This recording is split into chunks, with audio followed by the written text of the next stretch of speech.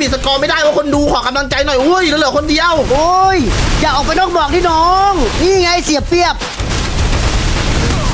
จะได้อยู่พยายามอยู่ ว้าย ข้างใน สวย เยอะ พี่โอสวยพี่สวยพี่โอไหวพี่โอไหวๆเหลือหนึ่งอำนวยไหว เหลือหนึ่งพี่โอ อำนวย พี่โอจะปิดท้ายหรือเปล่าถ้าปิดชนะเลยถ้าปิดท้ายชนะเลย อำนวยหน่วยเอ้ย คือถ้าปิดไทยชนะเลยเฮ้ย อำนวยจะต้องลงถ้วย คือถ้าปิดไทยชนะเลย ไอ้โอ้ย ว้าวว้าว